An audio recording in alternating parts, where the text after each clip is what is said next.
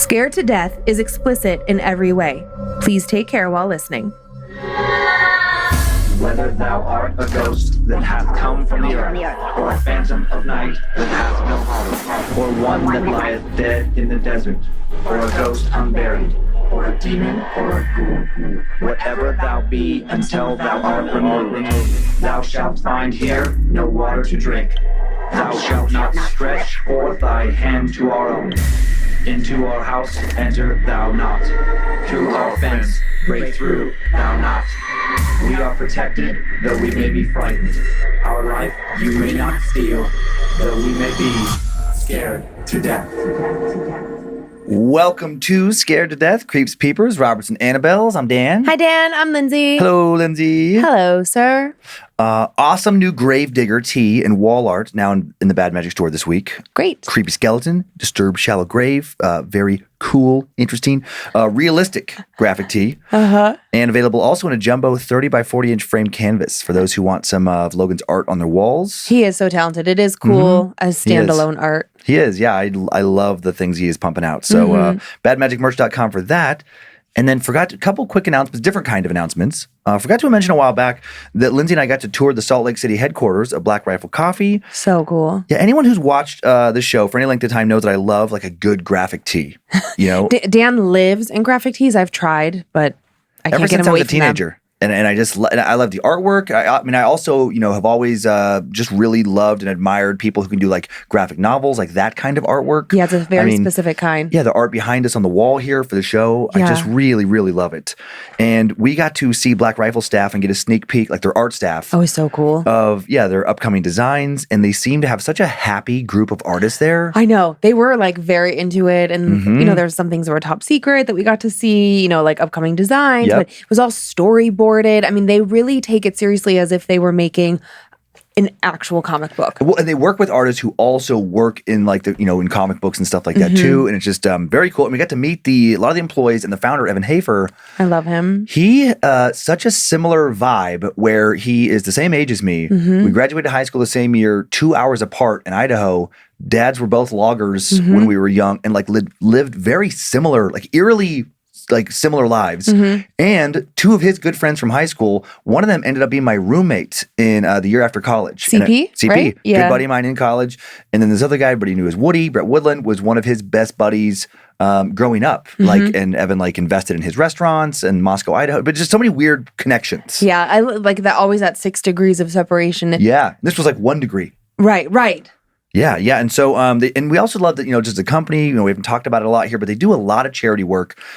Some that people know about and some that people don't know about it, like talking to Evan, just casually referencing like, oh, I bought this old high school and I'm turning it into this thing for kids. Like all these things. I was like, I'm sorry, you're doing what? Just kind of in the course of conversation. Yeah. And their coffee really is fantastic. So if you're just looking for to support like a good company doing good things, they're doing so many things for veterans that otherwise wouldn't get the support. I mean, things again that don't even get like media attention. I know. They're doing some incredible things for vets. Yep. And they're way more socially progressive than 99% of people think they are. Like if you go to their facility, you're like, oh, it's not a bunch of G.I. Joe looking dudes. Like literally at all. It's every look. Every look, every race, creed, sexual persuasion, identity, all that stuff. It was very cool to see. And they're all together in it. Yeah. It's very, very cool. And then, and real quick before the stories, you may have seen CDA on the news a while back. This is new to us, brand new as we record this. Yeah. So it'll be a while back once you hear this. Yes. But it was just this past weekend as we record this. And more terrible publicity. It got publicity for a white supremacist nationalist group affiliated with Patriot Front. Oh, God. Who are dirtbags, getting arrested for trying to disrupt North Idaho's largest ever, so it was a good thing, largest ever Pride Day, Pride in the Park. Yeah, put on by the North Idaho Pride Alliance. Such a fucking awesome group of people. And we just want to thank local law enforcement for acting fast, not only arresting those ignorant, hate-mongering just morons, but they also like pulled their masks off and publicly displayed them, published their mugshots so people know who these idiots are. Groups like, Patriot Front, they hide behind these nice-sounding slogans like defenders of traditional values. That doesn't even sound nice to me. Well, to me, I'm like, I know what you're doing. I see you. Because they're not nice. They're anti-immigrant, even though as white people, they have forgotten that, recent immigrants lay in their ancestry. Oh my God. The one guy, I'm like, you're not even white. I'm looking at you and I can tell you are not 100% Caucasian. You fucking moron. Always weird, yeah, when there are people who are not white in a white supremacist group. They're racist in a land of immense ethnic diversity. Much of that diversity, the result of forced immigration that, they've forgotten about. Homophobes in an age where there is so much science that proves that, you do not unnaturally choose your sexual identity or persuasion. Right. It is, you just are who you are. You are what you are. You love who you love. It's like, God, it's just fucking in you. Calm down, everybody. Calm down. And I could cite study after study, but that's not what the show is. But I just want to say, like, we just want you to know, if you're anti-immigrant, anti any sort of race, anti any sexual identities other than straight, the only thing you're defending is ignorance. And I doubt anyone listening is bothered by us saying this, but if you are and you're mad about it, well, then good riddance. Bye.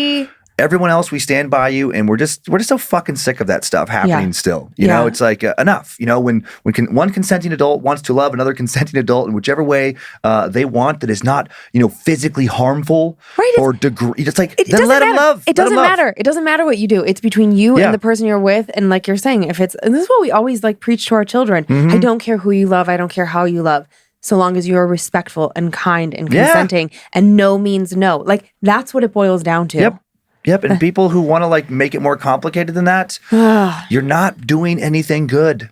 You're not doing anything good, no matter what you might think. And we know that, listen, this is not, there's so much going on in the world, so much. And we know that the vast majority of you come here for escapism, and we do too. It's so enjoyable that way. We're not talking about the left, the right, the this, the that, blah, blah, blah. But this happened here. This happened less than a mile from where we live, less than a mile, and from where we work. It's like, it's just got friends blowing us up on text, like, oh my God, do you see this? Sending stuff. So we feel compelled to address it. My dad's like, are you home? Where are you? Are you okay? Like, it just, what a mess. What a mess. And what are you teaching? You got enough stuff to worry about in the world. A lot of real things. You don't need to add to it with silly nonsense. All right, so moving on.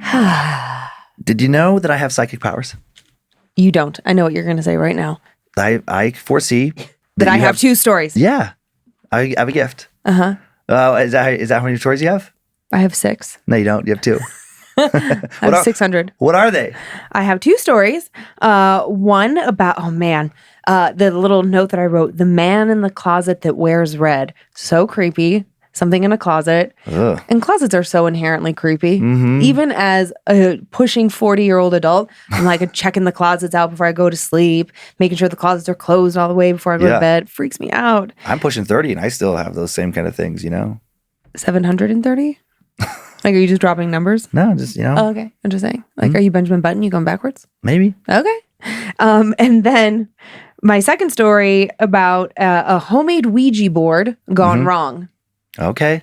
I mean, when does a Ouija board ever go right?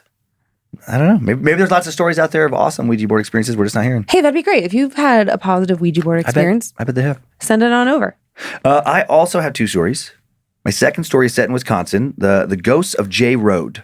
A couple of possible deaths where the killers were never held responsible for their crime seems to have led to some intense paranormal energy that still lingers in the area powerfully to this day. And then my first story was inspired by my recent LSD trip over on Timesuck. I just remember thinking towards the end of the trip about how terrible it would be in that state to see something, to see a spirit, have some type of paranormal encounter while you're under the influence of a powerful psychedelic, and then who would believe you? And you in your head, would you believe yourself? Would you believe yourself? And when you come out of it, you would do a lot of questioning of like, was that or wasn't that? Was that or wasn't that? Seems it would add like an extra level of confusion and terror. So I dug through some old web archives, try and find a story about exactly that phenomenon. Finally struck some gold. Someone from Western Washington, identifying themselves as Kelly, had about as bad a trip as you can have. Oh, buddy, oh boy. So hope they're alive and well now, or at least alive. This story is intense. Are you ready to hear it? I'm ready to hear it. I'm wearing these socks. They match my shirt, so I just had to wear them. These little, I love these guys. These are OG little bing, bing, bing, bing. Little monster socks. Little monsters. Sure. I did get a bunch of new socks in Chicago this weekend from fans, but I left them at home because I haven't unpacked my suitcase yet. Sorry. And the shows were so fun. The last shows of the spring, stand-up shows, were so fun. Davenport, Chicago, thank you so much. I know. We're so excited. I'm just feeling really recharged stand-up wise and very excited for fall touring and also excited to have a nice break to focus on podcasting. And thanks for screaming out for me at the Chicago first show. I was so sad. I heard about it when I got back from taking Monroe back to the hotel. Once again, my kids ruined my life.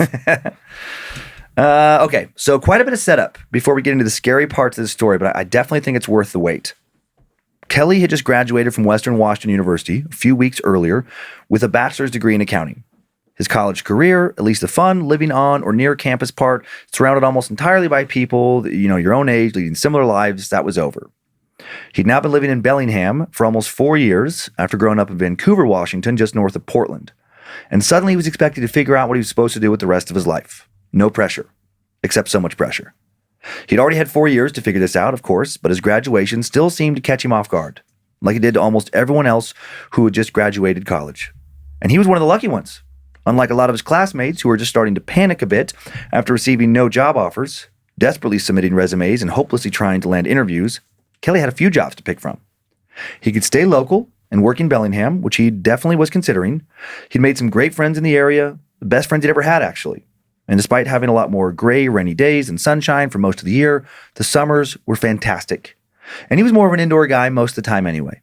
There was a lot to love about Bellingham. So many great coffee shops, restaurants, bars, live music, a young progressive culture. It was just cool. And it was so close to Vancouver, Canada, a big, also very cool city with all the fun things a big city has. And in another country which seemed to make it feel a little more exciting. But he'd also lived in Washington his whole life. And if he was going to try out someplace new, this was probably the best time he would ever have to do it. He also had job offers in Atlanta, Denver, and Nashville. All bigger cities in Bellingham, a lot bigger, and all full of a lot more sunshine. He'd never been to Atlanta or Denver, but he did go to Nashville once with his parents when he was in high school, and it was way more fun than he'd expected it to be. It wasn't just honky-tonk bars, cowboy hats, and lifted trucks. Probably had more big trucks in Bellingham, actually. And the thought of starting over somewhere was pretty exciting. Who knew what kind of adventures awaited in any one of those cities? But what if he got there and hated it? What if he couldn't make new friends like the ones he had in Bellingham? What if he ended up stuck there, stuck across the country from his family and friends, unable to get the job that was waiting for him now in Bellingham? All these possibilities were exciting in their own ways, and it was also all terrifying. He was so scared he'd make the wrong choice and regret it for the rest of his life. He couldn't decide. He had to decide quick, but he just felt paralyzed. And then his buddy Ethan showed up, and Ethan wanted to help. Ethan would not end up helping. He would make it all much worse, actually. But he had the best intentions. Kelly had known Ethan since sophomore year, and he'd just graduated with him.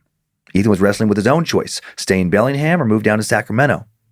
And Ethan thought that maybe they needed to really get out of their own heads and freshen up their perspective on everything, cut through the bullshit, so to speak, find out what they really wanted to do by dropping some LSD.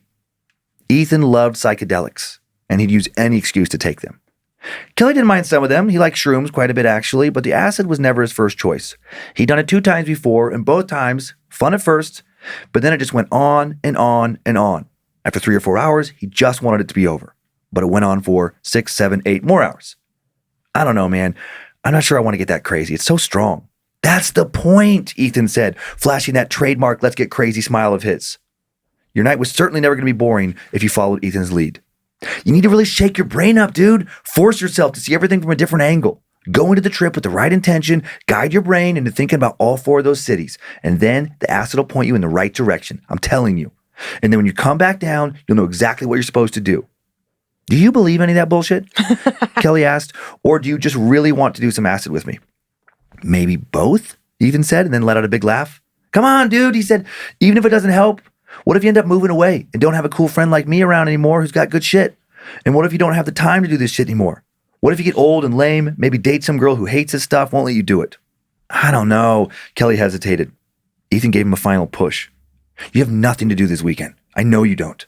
Right now you have no school, no job, and no girlfriend. But you do have me, and I have enough acid for both of us. Oh, Ethan. Come on, dude, let's trip. It'll be so fun. I did some of this shit last month. It's so dope. You'll have a good trip, I promise. We can do it at my place. All my roommates are out of town. Kelly relented. Okay, fuck it. Maybe he would have a good trip, he rationalized. Maybe it would be super fun. Ethan did have an awesome yard behind his house, lots of big lush trees on the edge of downtown, but also peaceful and quiet. And the weather was good. And the dude had a lot of great music. And who knows, what if it did open his mind? What if he came out of his trip knowing what he was supposed to do? Didn't Silicon Valley execs take acid or something to help make their decisions? Time now for the tale of a trip into hell. Kelly agreed to meet up with Ethan the next day at Arliss's for a big lunch, and then start their journey around 3 o'clock. It was breakfast for lunch for him. After a fat stack of blueberry pancakes, eggs, bacon, and orange juice, he walked with Ethan over to his place. After they settled in, they each stuck a tab onto their tongues, grabbed a couple of tall boys, and headed out to the backyard. "What a perfect day," said Ethan. "This is going to be such a great trip. I can feel it." He was giddy. Kelly was actually getting excited too. It was a gorgeous day. Blue skies and sunshine, warm but not hot. After about an hour, the acid really started to kick in. The grass started getting greener, the leaves more vibrant, the sky more blue, and he was just starting to feel funny. And then maybe around 4:30, he wasn't taking perfect track of time. Everything started to move. Everything was beginning to pulsate and breathe, expand and contract.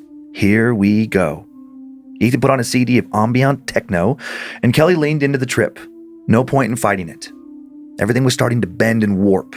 The grass was vibrating. A bird flew above them, and Kelly was convinced it was watching them.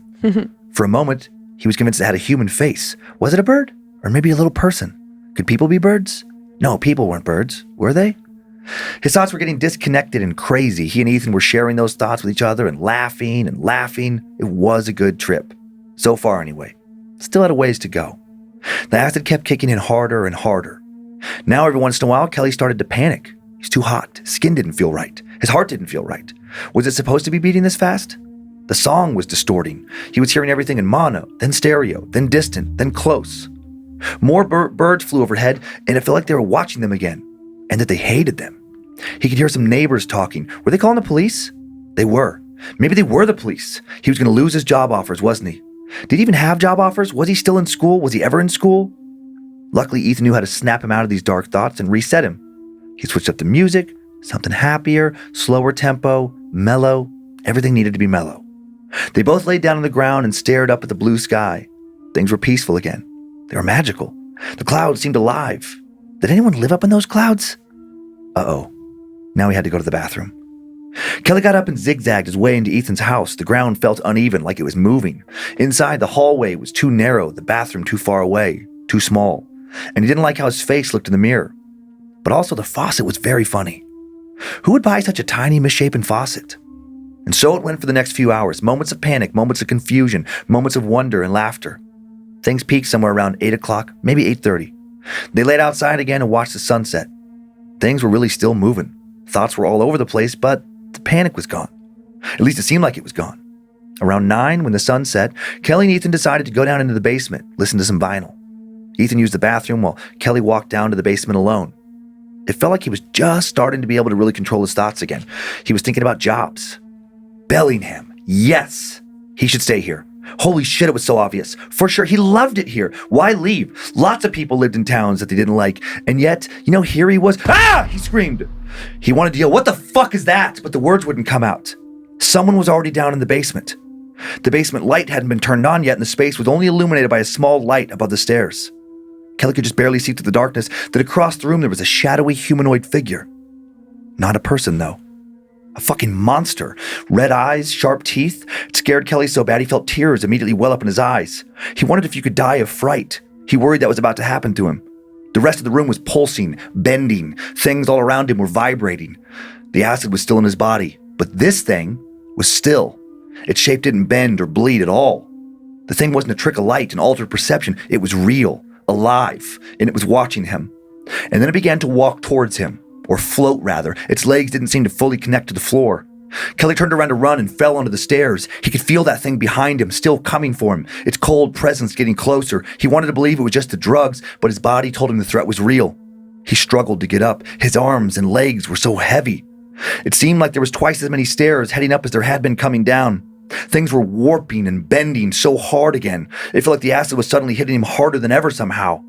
He was going to die if he didn't hurry. The thought hit him so powerfully, the thing was going to kill him. He scrambled up, slipped again to the top of the stairs before basically crawling out into the hallway. He needed to be back outside. He had to get out of the house.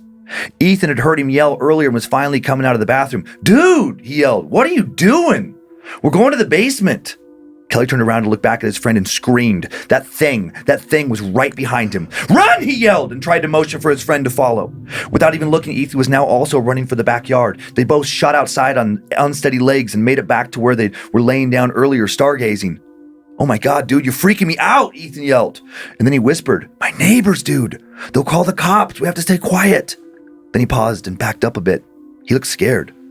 Whoa, your energy is so dark. I gotta get some music back on. He walked back towards the portable stereo they'd brought outside. Kelly wanted to tell him, be careful, but he couldn't get the words out again. That thing was now standing in the kitchen, looking out at him through the window. Again, everything was bending, moving around it, but not that thing. It stayed so still. And then it left the window, heading towards the door to the yard. It made it to the door as Ethan was walking back towards him after starting the music up again. Was he sure he wasn't just tripping? Was that thing actually real, he wondered? Yes, he knew it was, and he knew it was dangerous. He had to leave, and he had to leave now. Can you see that? He asked Ethan, pointing at the thing now spilling out of the doorway and into the yard. What? Asked Ethan as he turned around to look. I don't see anything, he said. And then the thing entered him, absorbed into him somehow. And then Ethan, or at least Ethan's body, whipped back around.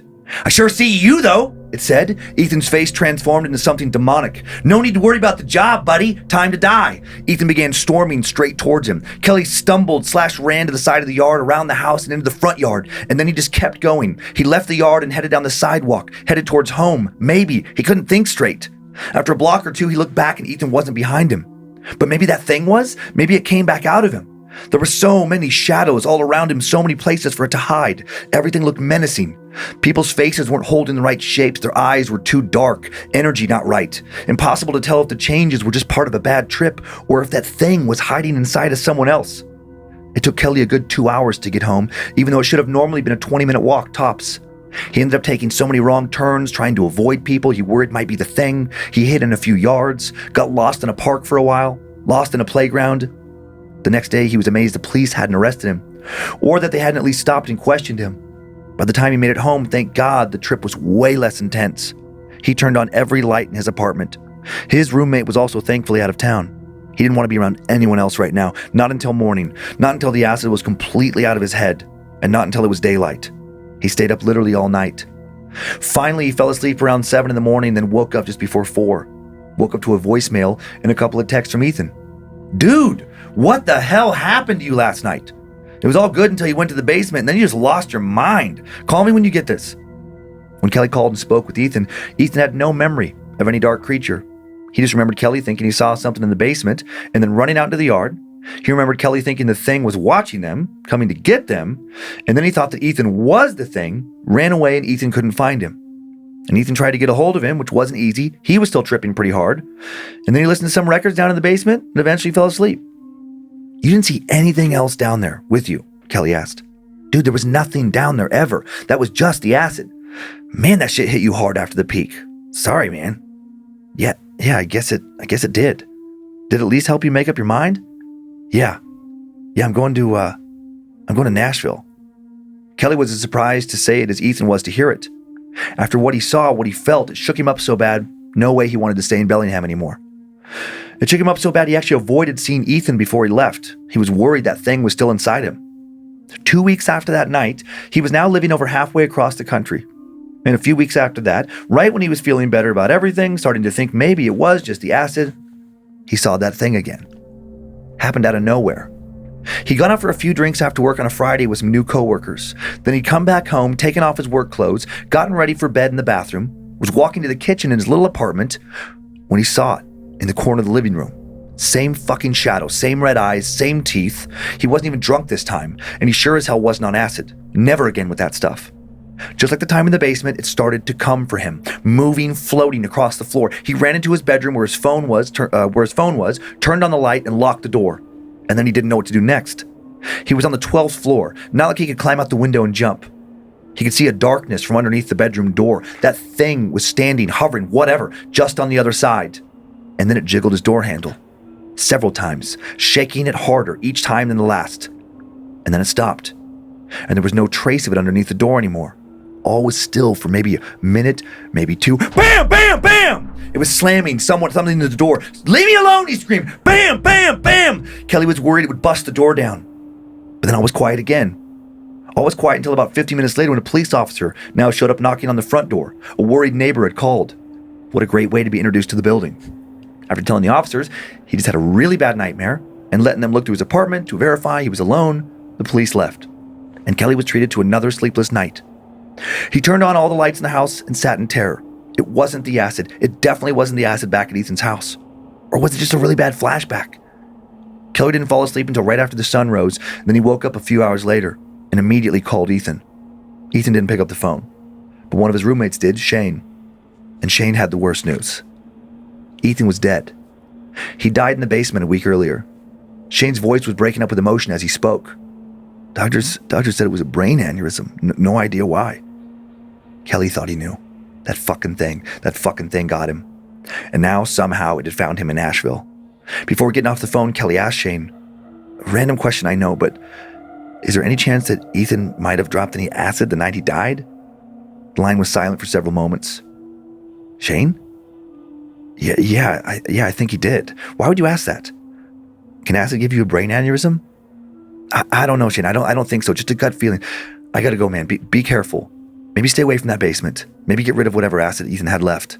And then Kelly hung up the phone and didn't answer when Shane called back. Kelly was lost in a terrible thought. Did whatever they took that night somehow open up a fucking door to wherever this thing was? Could some of the most intense things you see while you're tripping actually be real, just somewhere else? Do they exist around us, but not in a way we can normally see, not in a way we can normally access? Pondering these questions, Kelly wrote this story out on one of the web's earliest paranormal forums. He promised to give updates when he figured out whatever this thing was and how to stop it, or at least just to let everyone know he was still okay. Kelly never posted another update. Oh, that's it? That's it. I don't like those cliffhangers. You haven't done that to me in a while. No, where is Kelly? Where is Kelly? Who knows? That is such a fascinating thought to think that, like, it could just be right here, right with you all the time. All these different things that we just can't see through the lens that we view life. But as soon as you expand your brain, open up the possibilities, you're not trying to intentionally push it away. Like, you know that feeling when you're like, oh, I feel like something's over my shoulder or whatever. But our, the logical part of our brain makes excuses and like, no. But when you're high, you can't make those same kinds of, you can't draw those same kinds of conclusions. Yeah, what if some kind of drug is like a little key? It just like opens that door. And it just like lifts a little layer and it's like, yep, lifts a veil. It's like, this is what's here. Wah, Yeek. No pictures accompany the story, but I did put bad LSD trip monsters into Google. This came up right away and just creeped me out. Okay, don't care for... Oh, okay, but actually, can I just see Layla for a second?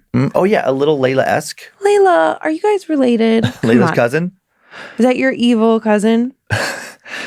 And then this next GIF has nothing to do with the story, but something else that came up in the previous search. Yeah. And this is the kind of thing that you would really not want to see, but you could see some version of during a bad trip. Oh. That's funny.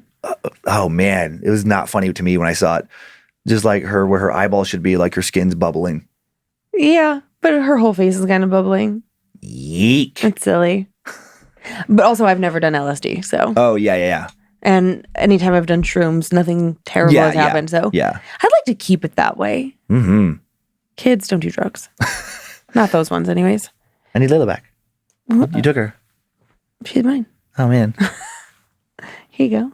You don't need her yet. It's not even your turn yet. She feels at home over here. Okay. Okay. So you have any questions before we move on? I don't. I don't. I just like that, right at the end, just talking about that, moving into the next realm of life. I mean, that's the whole point of doing psychedelics is expanding your brain and opening yourself up. So what's to say it doesn't open you up to other things? And it's like, you don't have to only see flowers more colorfully. It doesn't have to just be about like, I love you, I want to be with you. Right. It could be about. I just thought of any of that, like a ghost, a shadow, like any of the things we've talked about here. Yeah. If these stories are real or some of those stories are real, then that means, you can see these things at any time.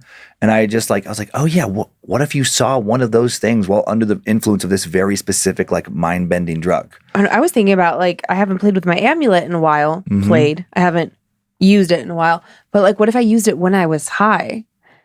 Yeah. I wonder how, I don't really want to do that. Not in our house. Like how it would affect things.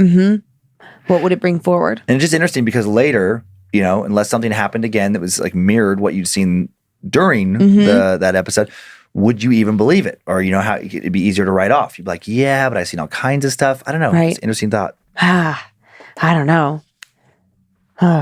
Let's not do that. You ready to move away from a terrible acid trip and head towards a spooky road trip?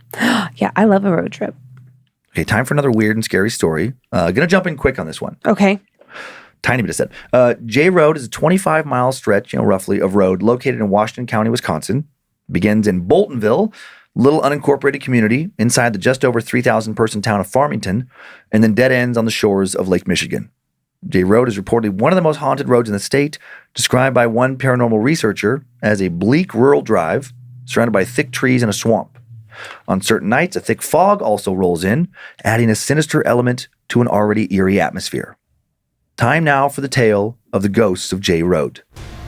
There are two entities that seem to be the primary sources of lore surrounding J Road. The first is known as the J Road Jogger. Story goes that a young woman was out jogging late one night many years ago when she was struck by a drunk driver. The impact sent her flying into the swamp, where she died, and where her body was then never found. Now on foggy nights, J Road drivers might see a ghostly figure of a woman running along on the shoulder. When their headlights illuminate the figure, she stares at them for a moment with a look of horror before disappearing. Other drivers claim to see a wisp of fog coming from the swamp, slowly taking the shape of a woman running as it nears them. Others still have seen the jogger suddenly appear in their back seats. And many have stated that their car batteries died during these sightings, thought to be a result of the spirit using its energy to materialize. Second paranormal figure associated with J Road is a woman and her cats. Local legend claims that a woman once lived alone on J Road with many cats. Some troublemaking local teens decided to torment those cats, and the woman called the police, starting a feud. And unfortunately, this feud escalated severely to the point where those teens set her house on fire. Jesus. What was meant to be a scary prank turned into a deadly one. The whole house burned down to its foundation, and the woman attempting to save her cats died in the fire, along with most of her pets. Allegedly, she cursed the teens as she died, and her spirit now wanders J Road looking for them. Today, travelers occasionally claim to see burning cats running across the side of the road, passing by where the house once stood. Some have even claimed to see a burning house off in the distance. One woman who kept having encounters, who referred to herself as L for anonymity, contacted J. Nathan Couch, author of Washington County Paranormal, a Wisconsin legend trip, a collection of paranormal reports from the area, and she said that she and her family lived in a house on J Road for 2 years, and that they knew a house near them had burned down to its foundation because their landlord had moved their house onto that property. And she claims that she often saw cats out of the corners of her eyes. Luckily, not always burning. She said a cat once sat with her daughter on the couch. She actually thought it was a stray cat that had wandered into their home until she realized she could see right through it. And then the cat disappeared as soon as she noticed that. Elle's husband also said he felt invisible cats jumping onto their bed at night and walking around. Is any of this true? Is J Road really haunted by multiple spirits? Well, the following is a story from a married couple who J Road turned into believers in the paranormal forever. They decided to take a trip down the infamous road one night, a decision they soon came to regret. My wife Brenda and I found ourselves restless one Sunday evening. It was too early to settle in for the night, but too late to go out and do anything. So as we often did, we went for a drive. I had no destination in mind, just driving and enjoying the conversation. We got into the subject of ghosts and haunted places, which was somewhat normal for us. We were both fascinated by the idea of life after death, and had spent countless hours debating what we thought would happen to us when we died. Brenda then mentioned a road less than 3 miles from where we were at that moment, a road she'd heard stories and rumors about her whole life, but she'd never actually been there. The road was J Road, also known as Seven Bridges Road, a 25-mile stretch running through Washington County. When I asked what kind of story she'd heard about, she said she couldn't remember exactly. She just knew it was supposed to be very haunted, and that driving down the full length of the road had become some kind of rite of passage for local teens when she was growing up. Both of us, being the impulsive idiots we now know we are, we headed in the direction of J Road. When we arrived at the sign indicating we had reached one end of J Road, it was easy to see why the place had the reputation it did. Before even driving any distance down the road, it already looked like a scene straight out of a horror movie. The darkness combined with the thin layer of fog rolling in made it especially eerie. The road ran alongside some swampland, and to our right, the water was thick and green, more sludge than anything. And there were no other cars passing by. The area was scarily silent. Our headlights were the only thing illuminating the darkness around us. "There goes nothing," I announced as we started down the road. "Creepy enough for you?" I reached over and squeezed Brenda's knee. She laughed and playfully smacked my arm, but I could hear the nervousness in her laugh, even though she was trying to play it cool. As we drove down the first stretch of road, that atmosphere became creepier and creepier. The fog became increasingly dense, shrouding us in a thick cloud, making it difficult to see the road ahead of us. A few minutes into the drive, Brenda suddenly became adamant that she could hear people whispering. "You can't tell me you can't hear that," she exclaimed. I genuinely couldn't at that point. But a couple minutes more down the road, I did begin to hear it. I couldn't make out what the words were saying, but it was a distinct variation of different voices. I wondered if perhaps our radio was malfunctioning, or if there was something wrong with the car, the wind maybe passing through some hole we couldn't see. My rational mind threw ideas at me, but none of them seemed to make any sense. The whispering was distinctly human sounding. I was beginning to get more than a little creeped out, but I didn't want to scare Brenda, and decided that I wouldn't tell her I could hear the whispers too. And I continued driving down J Road. About a half mile down the road, I had to pull over. We were both hearing a loud whining-like noise now. Deciding that perhaps the whisper-type noises and this whining were precursors to a more serious car issue, I decided to stop. "Jackson, what's going on?" came my wife's voice. She was clearly shaken. I decided once I figured out what was wrong with the car, we'd drive straight home. Just as my mouth opened to begin to tell her that I didn't know, I saw something out of the corner of my eye. I looked to my right, saw a disturbance in the swampy water, some splashing and rippling. Brenda followed my gaze, almost jumped out of her seat. What the hell?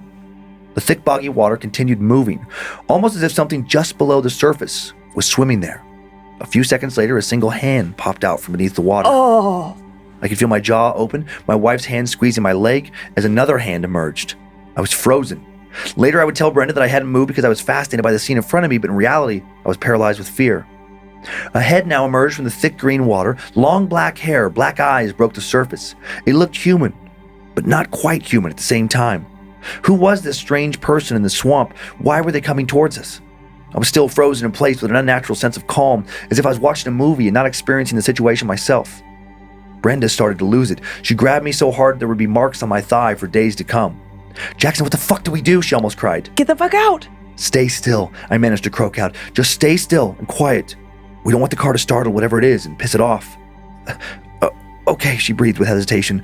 The thing's hands pushed down the water they were pushing against, appearing solid for a moment. A body fully emerged, lean, lanky, covered with mud, black hair obscuring whatever was beneath. It slowly walked across the water towards the road, feet dragging, slumping over. Still, all I could do was watch. As it got closer, I could make out a female shape. It seemed as if it would have been an attractive female, except for the fact this person was translucent, not quite see-through, but definitely not solid, and her eyes too dark. Once at the side of the road, instead of running towards us, this apparition began to jog, running down the road, passing the car, and then completely vanishing up ahead. My wife's grip loosened as she breathed an audible sigh of relief. "Jackson, was that real? Did we just see that?" I paused before answering. "I think so." To my complete surprise, Brenda asked, "Should we keep going?"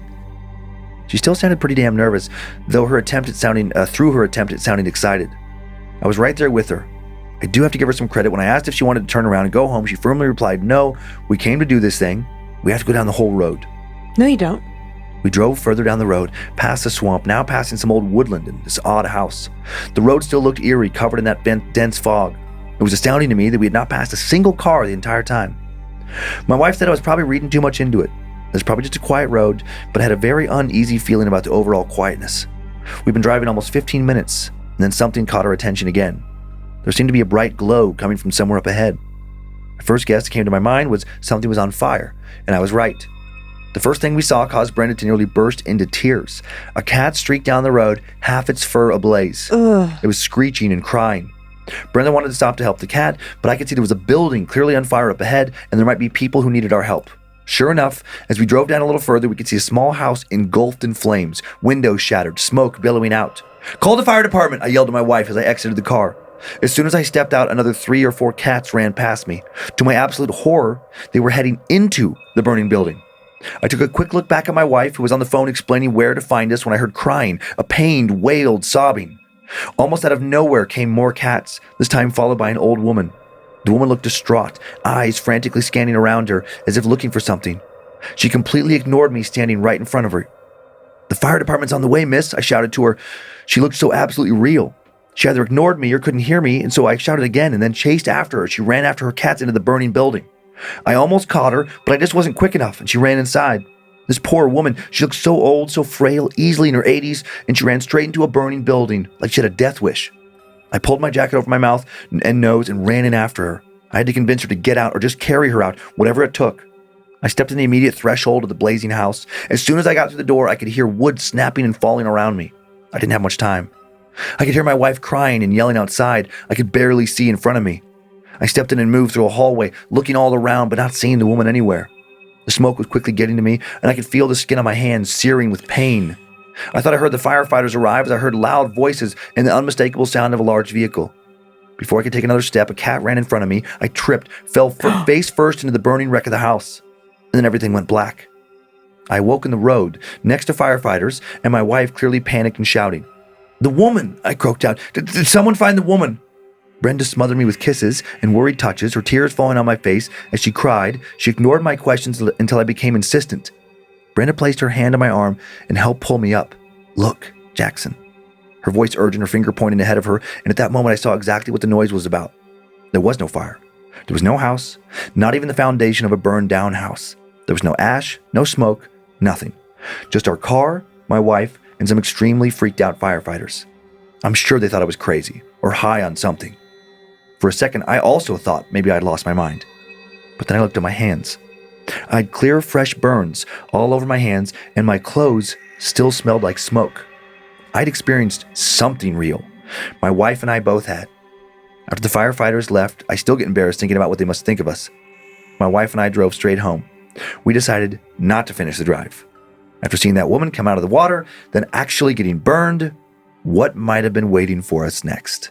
I started to write that down right as you were saying, like, it wasn't real. I was like, oh my God, I wonder if the burns are on his hand. Is he going to address that? Mm-hmm. That would be the only confirmation you could possibly get. Yeah. That wasn't just entirely in your head. Eek. I do have a few pictures with this one. Okay. This is a picture from WisconsinFrights.com of J Road. So just a typical, little quiet, lonely road. A lot of very thick brush on either side. It reminds me of in Handmaid's Tale, the very first episode when June and her husband, I cannot think of his name right now, they're trying to get out of the States into Boston Canada. Area. Yeah, exactly. And they're going down this road and then their car goes off the road, but it's just like thick brush and they follow you. And I don't want to tell you what happens. This next one is a pic from WisconsinFrights.com, again, of the swampy area where the ghost of the jogger supposedly is often spotted. Well, and swamps are inherently sketchy, scary, Dark uncomfortable. Water, yeah. Shadowy. Blah. No pics of burning ghosts or burning cat ghosts. So just how about for fun, a picture of a cat wearing a witch hat. Oh. Look at that happy, cutie. Happy little witch cat. I was thinking of like the exaggerated cartoon cat that we always see at Halloween. It's like the big arched back. That's what I was picturing on fire, which is not appropriate. And how about just one more cat in a witch hat, just because these are pretty funny. That hat was being sold on Etsy. Little green stitched witch hat. I can't believe that cat sat there and took that. I know. I'm always amazed, especially with cats. That's I'm what amazed. I was thinking. Yep, when they're like calm in an outfit, it's like, oh, you gotta. But I guess some cats are very calm. Yeah. Oh my God, we saw the 2 cutest kittens at the airport. Remember those guys? Somebody brought their 2 kittens through TSA, and this guy was just like, oh my God. And then he had to check his bag, and so he was like holding both cats who were just like glommed onto his chest with one hand. Oh, they were while so he was cute. getting his luggage with his other. I'm not a cat person, but those cats were. Yeah, they're pretty cute. Oh man, if they stayed that small forever and I wasn't allergic to cats, we would probably have 2 small cats, one for Penny, one for Gigi. Little cat buddies. Yes. Gigi loves to take care. True. So sometimes that works out great and it's so cute when it does. And then because I've experienced this growing up, and then sometimes the cats hate the dog. Well, that's why you get a kitten and you train them to love. Try to force the love. Yeah. You got the love, baby. You gotta make them snuggle. Oh my God, Gigi would be so cute with a baby kitten. She would be. She would just lick it and lick it and lick it. Which the cats like licking. True. So, Yep, she'd keep it clean in her mind. It could be, that would smell so bad. I know her breath is so bad always. We can get her teeth brushed, get little like greenie bones to help her breath. Because it's not from her teeth, it's from her stomach, from the bowels of her stomach. Is just rot. That is your assertion. That's my assessment. Yeah. She has a rotten stomach. I think she has puppy halitosis. Maybe. And I don't know how you cure that. We've tried everything. If you guys got tips, we'll take them. Our vet is like, no, she's just a dog. I'm like, that is not the answer. They all smell a little different. Yeah. I'm like, I like our vet, but she's very old school. She's not, no fluff. Yeah. She's very no like frills. Yeah, she's very frills. She's also very much like basically like don't pamper your pets. Yeah. Don't let them think they're human. Nope. Keep them in the garage. Keep them locked up. It's like, no. I was like, no, not my fur babies. What's wrong with you? But she is a good vet, so Yep. hard. It's a struggle right there. Okay. Are you ready? I'm ready. Yeah, you're Layla. I do. Purple Layla this week. Next week I want you to switch it up. I love you, Layla. I do, but you've been here for a couple weeks now. You already switched it up. I had Black Layla here when I set things up, and then I came in and back and she was gone. I was trying to trick you. I wanted to see if you would notice. Yeah, I noticed. Okay, well, listen, details sometimes are not your strong suit, so I didn't know if you would catch on. Okay. All right. Okay. The man in the closet that wears red. All right. So uncomfortable. This story, as you would say, does not take a ton of setup. We just get right into the thick of it right away. This story is about like a little bit of a hat man, maybe. Yeah. Something in a closet, shadows, like all these like spooky things that come together in a really, really, really uncomfortable way. Okay. I don't know that we've ever met like a red man. We've met, but in our stories, a man with red eyes or a figure with red eyes, but not necessarily a red being. Something from the early episodes stands out to me as like being familiar, but yeah, if so rarely. So I do love to introduce a new thing to be afraid of, or to bring back something that we've very briefly spoken about. Yeah. So I'm pretty into this. And then the other part of it is that, generally speaking, in my opinion, when we talk about encountering spirits, they don't usually hurt you. There'll be the occasional story where it's like 3 scratches or, which of course is, a sign of a demon, but it's not that often that we really truly physically interact with these spirits. Yeah. Like literally physically, like they might move an object around. It's more like the ones that more often. There's been some crazy poltergeists, some crazy demonic possession stuff. Yes. But it's very rare. I'm saying outside of possession. I should have clarified that. Yeah. And then there's those weird stories where the person is found dead after complaining about things, but no one was there to see exactly what happened. And it can be written off as like a stroke or a heart attack. Right. Yeah. Right. Well, this red guy, he's not messing around to get what he wants. Okay, he's aggressive. He is aggressive. Hi, scared to death.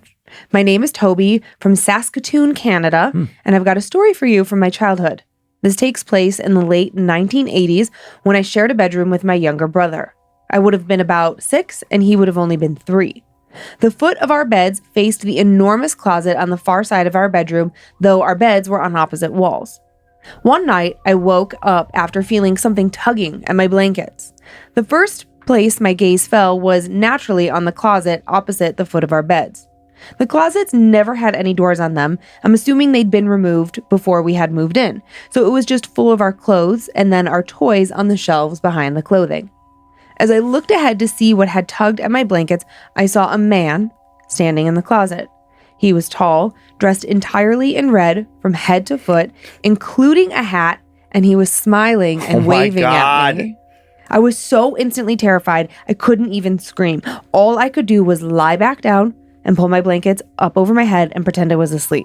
And just as I was about to fall asleep, I heard a voice say, "Your covers won't protect you." The next night, I woke up to the sound of screaming and looked over to see my brother's bed was in flames. My parents rushed into the bedroom to grab my brother out of bed and put the fire out. The fire had been started by a lamp we normally have on a bedside table, which had been knocked over onto his bed in such a way that the bare bulb was exposed directly to the covers. And in those days, we had only incandescent bulbs, which got very hot. My brother was taken to the hospital, where he was treated for second-degree burns across both of his legs. Fortunately, because he was so young, he ended up with no scars from his injuries.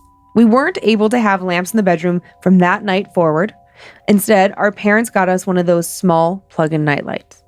A few weeks later, I was staying at my grandparents' house, as I often did on the weekends.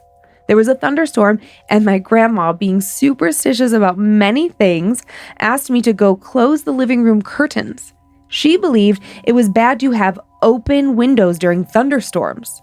I went to close them. Part of the cushion brushed over the gap between an electrical outlet and the extension cord that was plugged in. As I pulled the curtains, they went up in flames. I ended up with second-degree burns all over my right hand and wrist. I remember hearing someone laughing, and the brief instance between the curtain brushing between the socket and the cord and it catching fire. I told my grandma about the laugh I heard, and she asked me to tell her more. I immediately thought about the man in the red suit from my closet and the fire in my brother's bed. I think she had asked in order to keep me talking, to maybe distract me from the pain. After I told her, she said there was nothing to be afraid of, that we were protected, and that man would never come for us again. Before I went home for the week, she gave me a small bottle of what she said was holy oil. She said I should make sure to put some on myself and my brother before we go to bed, and that it would make us invisible if the man in the red suit were to show up again. I did as she instructed, and true to her word, the man in the red suit never returned. Regards, Toby. Thanks, Toby. Just the way that one even like opened, I just kind of like stuck there in my head for a little while. We're just, I mean, kid, adult, whatever. But just like, you know, you're looking in the closet, or I imagine myself just like, you know, going in the closet, you open the door, like, maybe, oh my God. Maybe push some things aside. Okay, think about that in our closet. Stop. No, I don't want to. And you push some stuff aside, and there's a guy there. Yeah, I know. Yikes. Thank God we have small closets. It'd be very difficult. The way our closets are tiny. He would have to be crouched, sitting on a shelf. But what if he just came out of the wall? Well, that's different. Mm-hmm. That is terrifying. I didn't think about that as an option. Or just like, in my mind, it's like he had to walk in there and place himself in there as if he were playing hide and go seek. As if spirits can't just like flitter around. Or just that thing of like pushing clothes aside and there's a face right there. Or like a smiling face waving at you. Oh my God. My God, that would be... That's going to be a fun practical joke. If I could like mount something to the back of the wall where your shirts, like your button-down shirts are, and you go to pull it out, and then just like... If I did that to you, I think you would literally burst into tears. I think so. I think we'd have a repeat of the only other time that you made me cry with a scare. But this story, I mean, it's just so... Okay, man in red, so, and then fire. And to me, thing about your kid's bed, I mean, or, you know, his brother's brother, but as a parent, oh my God. It's already hard to sleep as a parent because you're always like, okay, Kyler's not feeling great right now. I was nervous to go to bed last night because I was like, I don't know, like I should probably set an alarm to check on him in 4 hours. And like, he is a 16-year-old like child man. And it's a head cold. I know, but I'm still always like, I don't know, like how's your breathing? Are you okay? It's not like no one's ever died of a cold before. Like I just immediately like panic and freak out. Anytime the kids are sleeping, I'm like, are they breathing? Are they breathing? It's like, Lynze, they have slept for so many years. They're fine. But I freak myself out. I'm always a little bit worried. Can't help it. But yeah, okay. So how would you ever go back to bed? You know, I don't know. I would be like, I think you guys are sleeping in my room now. Yeah. And we have so many weird mental health issues. I'd be like, when I was 3, my mom forced me to start sleeping in her bed. Because there was a red man in the closet. And there was a fire. But okay, what I found so scary about this was that the red man, to me, now having heard the story in its entirety, symbolizes fire. And he's telling that he told the other boy, he told Toby, like, you're not safe from me. So that, and then the next night his brother's bed is on fire. And then not that much longer after that, then he's on fire. Oh I was like, that red man loves fire. He's a pyro freak. And he's a terrible, terrible spirit who clearly meant them harm. What if there's some little like fire demon monster thing? Oh my God. Yikes. And that's like, you know, like we talked about earlier, there's not that many stories of, you know, people surviving and saying that they were like physically assaulted by things. Those are very, very rare. What if that's because a lot of those spirits, like when people die in a fire, what if like I didn't consider that. A percentage of those fires were started by little monsters? That's a scary thought too. That's a very scary thought. Yeah, when there's those house fires, they're like, we just don't know what caused it. And they're always looking, they're always looking for... Or if they do know.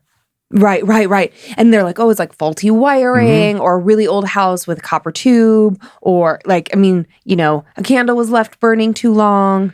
Yeah, if some paranormal entity can produce enough energy or whatever to throw a dish across a room or to float something through a living room, why couldn't it like bend a wire to touch like some insulation to start it on fire? Oh, man. Oh, boy. That just opened a whole world of possibilities that I hadn't really considered. uncomfortable. As things get weirder in the world, this I know stuff what seems... the world is so fucking weird right now. Things seem more probable to me. I know. Like, I've been a little bit more edgy. All the crazy weather. It's like there's all these, fires now that are, or they're getting worried about fires, floods, and there's like a crazy heat wave in most of the country. While meanwhile, mid-June, it is still winter here somehow. It is like 45 degrees. It snowed at the pass yesterday. Like what the fuck is happening? And just with like the economy and different things going on in the world, things just like reality feels more fragile. That's true. And I'm like, these things seem more possible. Well, and since your big drug trip, I'm like, oh my God. I always feel in touch with the earth and with energy around me. And I feel, the earth has a pulse, not a put your hands on the pulse kind of thing. Right. But we know like trees are living, breathing things, right? So it's just like in that way, it just makes everything feel heightened. So it's like, okay, well, trees give off energy, plants give off energy. Okay, spirits give off an energy. It's like when you walk into a room and it's cold, you're right. Why couldn't they make their energy, harness it enough to have it cause fires? Yeah, if we're going to go with the possibility of all this, it's like there's story after story after story. So many stories, so many we haven't told yet of, people seeing things get moved around, like lots of witnesses. Right, and they do it through energy, right? It's like, that's my assumption is that if this mug... Like some kind of telekinesis. Watch this. If this mug all of a sudden flew across the desk. Right. Okay, but if there was a spirit right here that was like, bing. Because they're not... if that's possible, the wire thing is possible. If one's possible, the other's possible. Just too much. It's too much. It's so scary. It's so uncomfortable. Just think about the face in the closet if you wanted to be calmed down. If you need to relax, just think about a monster when you're alone at the house, a monster in the closet coming out. I'm not going to be alone in that house for many, many weeks, so I'm feeling good. Feeling good about that. Okay. Are you ready to move on from the fireman? I don't know what else to call him. Yeah. Fire devil? Good story. Sucks for Toby, but good story. I know. I'm glad his brother was okay. It sounds like in the end they're both all right. Sounds like in the end it's resolved. Yeah, and what did his grandma give him? Okay, holy oil, but really, like, is she a little witchy? And he just didn't know? Maybe. This story also has a little witchy grandma. Okay. Or potentially witchy grandma. Okay. So in the story, we have a young man who sneaks a young girl over for a little makeout session. And he's been experiencing some stuff. And so, she makes a Ouija board and so goes the story. Okay. I was thinking back about like my youth. I don't know if I ever snuck boys into my house. Like I did some questionable things for sure, but I don't think I ever snuck anybody in. Definitely snuck around, have little like makeout sessions. Yeah. You didn't really like make out with girls when you were young. So you probably don't have any funny like, oh, I snuck a girl into my bedroom or like I snuck out of school early or. Nope. No. Oh, nope. Man. That'll happen later for me. Oh, then you didn't have to sneak. Yeah. No, the closest was, I guess at the end of kind of. Like, I think, there was a few things like the very end of high school, like maybe even like summer afterwards, where some girlfriend I had came up and stayed with us. But like, it was when I was in that weird like basement, a shed house. Oh, yeah. Like my 2 years. At your dad's? I lived in the shed. It's a true statement? True. Then not basically a true statement. 100% a true statement. I lived in a converted shed. And she wasn't converted. Not really. Wasn't converted very much. And when she was staying in the house and I was up there, then I like she snuck out and she snuck into the shed. I don't even think your dad would have stopped her. He might have at that time. He went through some weird phases of being like very conservative, like with that kind of stuff. Oh, actually, I just remembered. Okay, my brother and I are 3 years apart. And so this wasn't like sneaking, but what we were doing was sneaky. I would have a girlfriend spend the night and he would go out and he was in high school, like we were 8th grade and he was, oh my God, I can't believe how young we were when I think about this. Let's leave the ages out of it. Yeah. I would have a girlfriend spend the night. He would have a buddy spend the night. And when we both came home with our respective friends from like going to the movies or the roller skating rink, it was like my best friend would make out with my brother and I would make out with his friend. And my mom, but like we would sneak them into my bedroom and my mom was never the wiser. Yeah. And she doesn't listen to this show, so. Oh, pretty fun. Well, let's see what the payback is for doing shit like that. Okay. Kids, are you listening? Dear Dan and Lynze, first off, I just want to say I love the podcast. And second, I've been thinking about writing in for a while, but putting the story together has been rather difficult, partly because I don't want to believe it. However, I do think I almost nearly killed my grandma.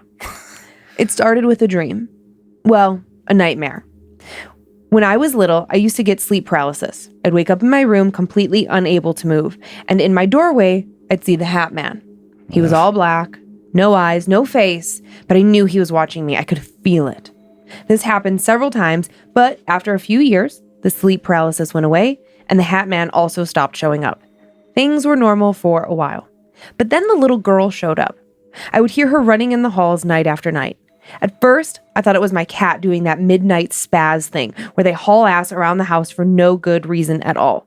But then one night, I heard the running, and I noticed that my cat was still curled up next to me, and that creeped me the fuck out. Night after night, I heard footsteps, up and down the halls, up and down the stairs. It happened so frequently that I almost got used to it. Almost. If it wasn't for the laughing, I might have. I tried to tell myself that it was my imagination, that the laughter I heard was because of my parents' TV or because my sister was watching YouTube. I tried to convince myself that it wasn't anything other than a damn ghost girl. One day, while I was home alone playing video games in the basement, I heard the girl laughing. The sound came from this hole in the wall that my parents used for storage. Needless to say, I got the fuck out of there and stayed upstairs for the rest of the day. Cut to 3 months later.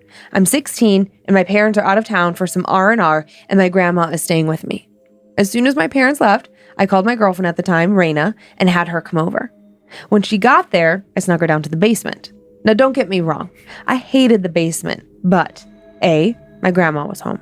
B, I wasn't allowed to have girls in my room.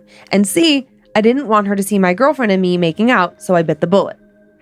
The room was dark. The lights were out and our faces were lit only by the TV screen. As we were kissing, I saw, in the corner of my eye, a dark, dense shadow run from one side of the room to the other. My first instinct was to run upstairs and never go in my basement again, but I didn't want to scare my girlfriend or look like a dweeb, so instead of running, I turned to her and said, "Did you see that?" "See what?" she said, looking around. "That shadow," I said. "It ran right past us." She looked at me like I had a third eye. I didn't want her to think I was crazy or having some kind of hallucination, so I decided to explain everything. Once she heard the whole story and learned that I had had a connection to the paranormal basically my entire life, her whole eyes lit up.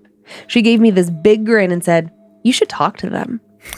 Oh, hell no, I thought. But damn it if she didn't look so cute and excited. I asked how I'd do that, and she suggested we would use a Ouija board. I told her I didn't have one, and I really thought that was my ace in the hole. But she said, "I'll just make you one." She gathered up a large piece of paper and a Sharpie and crafted a pretty janky-looking spirit board. I looked at it and thought, there's no way this thing is going to work. I'm a huge peeper, and I wasn't going to let myself get pranked by another person pushing the pieces, spelling out imminent death before we dove in. So before we dove in, I looked at Raina and I said, "Don't fuck with me, okay? Promise?" She promised she wouldn't fake anything, and I believed her. In my already creepy basement, Raina lit 2 white candles and placed them on either side of the board. We sat across from each other. To begin, we held hands, and she said some wooey prayer about not letting anything but good spirits in. Then we put our hands on the planchette. Oh, I'm sorry. I mean the cut-up stump of an old transparent Solo cup, and started the session. At first, all we got was gibberish, random letters and so on. Nothing I would call intelligent. We sat there with our hands on the board for probably 20 minutes and nothing happened. I was about to call it quits when suddenly a pair of heavy boots came clomping down the stairs. My immediate thought was, fuck, my dad forgot something. Now he's home and he's going to see me in the basement with a girl doing occulty things. I braced myself for the lecture as the boots neared the bottom of the steps. When they got to the final step, they stomped, and no more noise was heard. Raina and I waited for my dad, for someone, anyone, to come around the corner to ask what we were doing, but no one ever came. Then everything got cold. I live in New England, and it was midsummer. It's supposed to be hot and muggy, but behind me, there was a big, ominous cold spot. It seemed about 6 feet tall, 4 feet wide, and it was watching me. I could feel it. Some primitive part of me waved 100 red flags that signaled danger. I told Raina we had to end the session now. "Why?" she asked. Just end it. I'll explain later. She blew out the candles and turned on the overhead lights. What's wrong with you? She asked. There was something here, I said. She rolled her eyes. That's the point. We wanted to talk to them. No, this wasn't some froofy good witch spirit. This was dark, Raina. What do you mean dark? I don't know. Whatever it was, it just didn't feel right. She shook her head. I could tell she was annoyed and that she didn't get to have the same experience or even get the answers she wanted, but she saw the way I was shaking and didn't push it any further. Raina made sure the candles were completely out and we went upstairs. Neither of us touched the board. When we got upstairs, we found my grandmother wrapped in a blanket curled up on the couch. She was sound asleep. The footsteps clearly had not been hers, and even if she had come downstairs, my grandma weighs about 100 pounds soaking wet, and she shuffles when she walks. She certainly did not stomp down those stairs the way we had heard. Raina went home after that, and I went to my room. I laid in bed all night thinking about what had happened and what the presence may have been. What broke my train of thought was a noise coming from downstairs. It sounded like something was scraping against the floor. I went downstairs to investigate and found the basement door wide open. My grandma wasn't in the living room or in the guest room where she was staying. The noise came again. This time I realized it was the sound of our couch being dragged across the concrete basement floor. How? I thought. Even I found the couch to be heavy. There was no way that it could be my grandma. Then there was some more shuffling from below. Something was off. I didn't like the feeling, so I went back upstairs and somehow convinced myself to ignore it and fall asleep. The next morning, I woke up at 11 when the sun shone directly in my face. As I was forced out of bed, I went downstairs and saw my grandma in the kitchen. I asked her, "What were you doing in the basement last night?" She said, "I didn't go in the basement, Johnny." "Yeah, you did. I heard you." "Oh, I just came here for some water, that's all." I thought maybe she was confused. "No, last night, She cut me off. "I came down for water, John." Her voice was firm and stern. Ugh. All right. I didn't push it any further, but I knew she was lying. I just didn't know why. Later on, I invited Raina over to hang out. She wanted to use the board again and to give the session another shot. Me, being a very horny Darren, gave into my hormones and said yes. But when we went back to the basement, we couldn't find it. Our Ouija board was gone. I told Raina about how weird my grandma was being, and she thought maybe my grandma knew what we were doing down there and came to look for the board last night. She probably just took it and threw it away. My grandma was old-fashioned. She had no time for occult shit in her house. None of that devil magic. She literally had said that to me before, for doing card tricks. But how could she know about the board? I had snuck Raina in without her noticing, and we stayed in the basement well past when she fell asleep. Plus, if she did go down, we left the board on the table. Why would she have to move furniture around? This was so fucking weird. With the board missing, I thought we could move past the spiritual and get down to the physical, if you know what I mean. But Raina had other ideas. She wanted to find the board. So being the stubborn SOB she is, Raina rooted around in every trash can in the house. She looked in every pile of scrap paper, and she even opened every freaking cabinet, just in case. But she couldn't find it. I suggested, against better judgment, she make another one, but she's a very sentimental person, and if it wasn't the OG board, she just didn't want it. So instead of conjuring spooky spirits in my basement, we made out in the backyard. A win-win for me. 2 days later, my grandma took a nasty fall down the stairs. I was in the living room reading when I heard this really ugly fall. I raced up to the landing where I found her face down. She was breathing, but she wasn't really moving, and she was groaning like she was in a lot of pain. I didn't know what else to do, so I called 911 and had her taken away in an ambulance. I called my parents immediately after hanging up with the ambulance, and luckily they were only a couple hours away and got home quickly. Because of the fall, my grandma's hip was shattered and she had bruises all over her ribs and arms and legs. After my dad got home from the hospital, he told me to gather my grandma's things. She hadn't had much with her, just a phone, a charger, some clothes, and a book. But he wanted her to have it all so that she was more comfortable in the hospital. While I was collecting my grandma's stuff, I found that OG Ouija board that Raina had made me stashed under my grandma's bed. Wow. Interesting, huh? I wonder why she, I mean, who knows, but I wonder why she kept it. I don't know. As opposed to destroying it. Well, maybe, she was probably going to take it home with her and get rid of it there. She's, kind of just babysitting and just staying with this 16-year-old. So she doesn't want him to find it again. I mean, look at Raina did root around the whole fucking house for it. And that's such a kid thing. It's like, if my mom had taken something from me that I wasn't supposed to have and just thrown it away, I would have found it in the trash and just took it out of the trash. I'm surprised she didn't almost burn it or something. So it's just paper. Right. Paper, but burn it, just destroy it completely. Maybe. Then it just made me think did it move there on its own? No, well, I don't think so. I feel she put it there to hide it from him. But I don't know, maybe not, because But if she's worried about, I'm just thinking if she's worried about this thing having evil energy. Yeah. I wouldn't want that thing under my bed. Yeah, if I don't have time for your devil tricks or whatever, but she seems like no nonsense. Maybe she just some worried about the thing in and of itself. She was worried about them using the thing again. Yeah. And then do you think the possibility that some thing that they conjured helped her fall down the stairs? I do, because if they heard, these big heavy boot steps coming down the steps to begin with, it's what if them using the Ouija board in the basement created some sort of portal or opening and there was just energy, and maybe his grandma didn't necessarily remember going in the basement. Maybe she was drawn to the basement. And when Johnny asked her about it the next day, maybe she was so firm and stressful because she herself didn't understand what was going on. Yeah. Yeah. And didn't care for the discomfort and the unknowing of why she had done what she had done. Yeah. And then just a couple days later, she falls down the stairs. It all feels very sus. Yeah. I wrote on a couple little things. One of them has nothing to do with horror. Johnny wrote the word dweeb. I love that word. And you don't hear about it. You don't hear it very often. I know. I was like, let's bring dweeb back. Yeah, you dweeb. You dweeb. Dweeb is it's more fun than dork. Oh, way more fun. Because dork is uber specific. When you just think of, a typical dorky, tucked in shirt. Yeah. There's nerd, stereotypical, dork, and dweeb. That are all great. kind of in the same thing, but dweeb I feel is opened up to dweeb is akin to me to knucklehead. I know. Knucklehead. You know what? I would use dweeb to describe Joe Paisley. Whoa. Just kidding. Oh my God. I just wanted to make sure you were listening. Wow. I'm going to use dweeb at home with the kids. I feel like Monroe will probably get a good kick out of that. The same way she gets a kick out of you calling the dogs turkeys. You little turkey, you. Turkeys. You know what's a fun thing to call people? What? Worm. Little worm. You little worm. Hi, you little worm. I don't know why it's so funny to me. Weasel's good too. You weasel. You worm is good. Weasel's a little mean. Okay. Kyler's been saying something to Monroe that's mean, but it makes her laugh.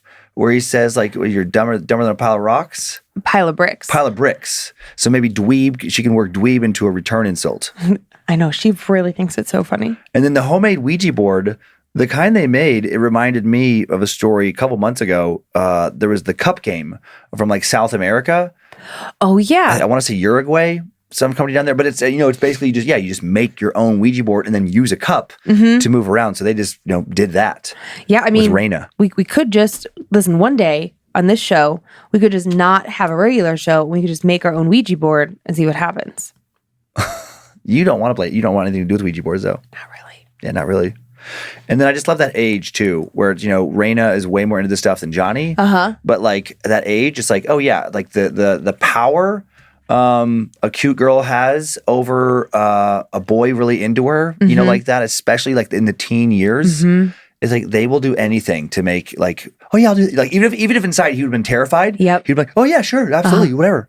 Yeah. Whatever he thinks might lead to more making out. I know, young love is what it is. It's just that you're so inexperienced, you're so desperate to have the experiences that when you whatever you want. When you like someone and they suggest that you do something and the doing of the something is generally not even sexual in nature. It's just go on this roller coaster with me, and you're just hoping that you get, oh my God, I hope we're gonna hold hands. Yeah. Let's go do some cliff jumping. In your head, you're I'm terrified or petrified of heights. Right. Or it's I can't swim that well. But then the words that come out yeah, totally. I love it. Cool. My favorite. I love it. Cliff jump. I know. God, the dumb things we've done. And I'm trying to think if I have any. I can't think of anything like that, but I'm sure that I have plenty of those moments. We all do. Yep. What if I told you right now? Yeah. That early on, okay, I pretended to love horror to make you like me more. I think that was so sweet. And look how far I've taken it. Dedicated. I would love to. What a sweet thing for you to do. Could you imagine? After the show, I'm like, listen, we need to have a little chat. This is I've been doing this all along for you, and I hate it. I'm like our brother-in-law Jared, who you cannot watch a scary movie with Jared. He does not.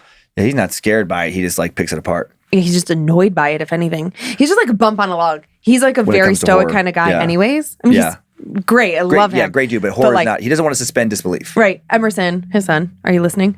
Emerson knows. Em would know. It was like, you're not going to watch a horror movie with your dad, Em. I mean, he'll be a good sport and take you, but he's not going to be jumping. He's not going to get scared. It's not gonna, no. He just going to be like, that would never happen. No, that's dumb. That's stupid. Who would do that? I know. Speaking of horror movies, it does get classified loosely in horror. But our friend Michael, my barber, he recommended, I watched it on the flight out to this last round of touring, Vivarium. I showed it to you. It's like a sci-fi thriller / horror. Yeah. I brought it up, but it's, you can't give much away without spoiling it. But just for a movie it came out a couple years ago. It was a British independent film basically, but it had Jesse Eisenberg, so it was a little bit bigger budget. It didn't do great at the box office, but I mean, that's also, pandemic related and things. It's a trippy movie, and it is so creepy, and it is scary. It lingers. Okay. So if you want a very different kind of horror movie, Vivarium is quite the ride. If you want to watch something that's just like psychologically interesting, The Staircase. I really liked that. Yeah, the new one. There was the documentary called The Staircase, and then there was the new one with Colin Firth and Toni Collette. It was great. I keep trying to, a couple weeks ago, we were like on this show, I think we were talking about this because we were talking about Toni Collette and we were talking about her versatility. Oh, I think maybe that was in a bonus episode. Anyways, because if you're listening to this, you listen to bonus episodes. Pieces of Her. That was the TV show that we were like, what was that show that Toni Collette just did? Where it's like, oh yeah, the very first episode is wild. Interesting and cool. Just wild. Yeah. Do you want to do some shout outs or do you want me to go first? I can start. Okay, go for it, bro. I want to thank the following Annabelles for supporting what we do here, helping us do so many great things, like give to cool charities every month. Yeah, I like am. the rainbowrailroad.org charity this month. Yes, I am so happy that that's who we chose. Yes, we were going to choose something for Pride, but in light of what happened here, it really is about making sure people are safe. Yeah, it's safe to be who they want to be. And love who they want to love. Patrick Newman, Angry Ewok. That's birth name, clearly. Hamboy, another birth name. I like it. Jackie Daniels, Craig Chapman, Lizard Richards, clearly the birth name again. Shannon Carty, Reggie Navarrete, Chelsea, P-F-A-F-F, Pfaff? Chelsea Pfaff. I bet it's Pfaff. I bet it's Pfaff. I bet it's Iatina Taylor, Calvin and Jean-Marie Bass, Haley Seidel, Sobi Ismail. Ishmael? There's no H. Oh. So unless there's a type, or maybe it's Ishmael. Emily Davis, Tanya Hobson, Sean Shelton, Ashley T, Malswald, Charles, Devil Dog Leith, Thomas Graham, Kate Bonney, Stephen Last, Chelsea Ray, and Joshua Hopper. Very well done. I would like to thank the following Annabelles: Corey Green, Allie and Hayden Pressmuller, Dixie Normus. Birth name?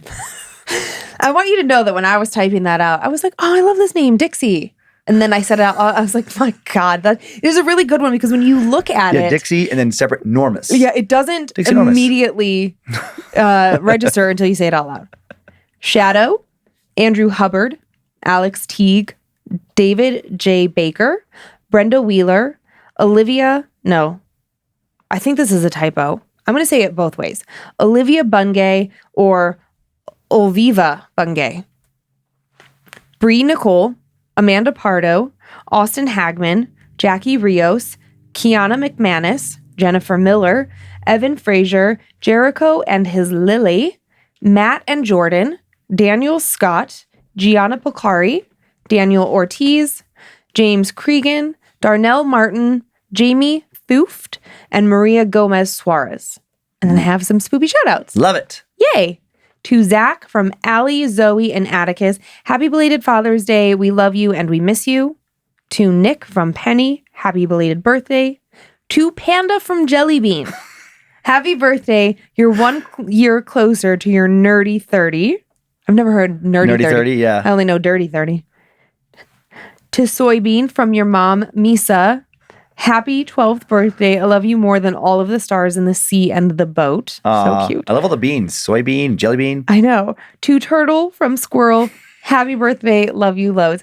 I love that. Like, I love all the random nicknames. Stupid. We do it too, like Sweet Pea or whatever. You know, it's like, I love it. Kizzers. Yeah. Kizzers, yeah.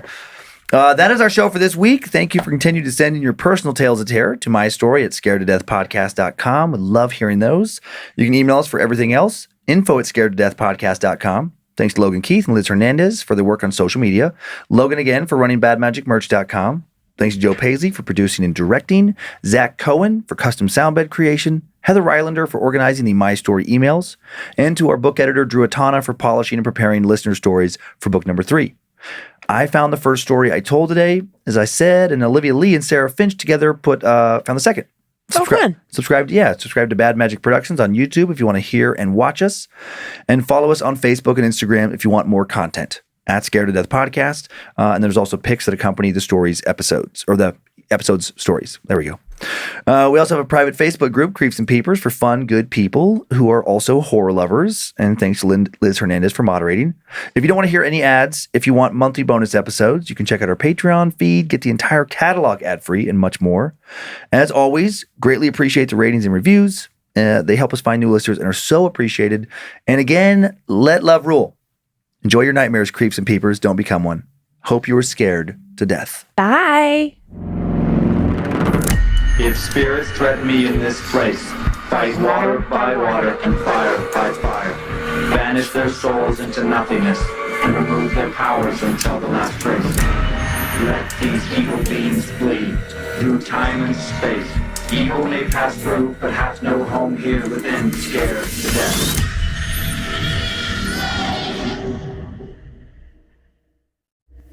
Bad Magic Productions.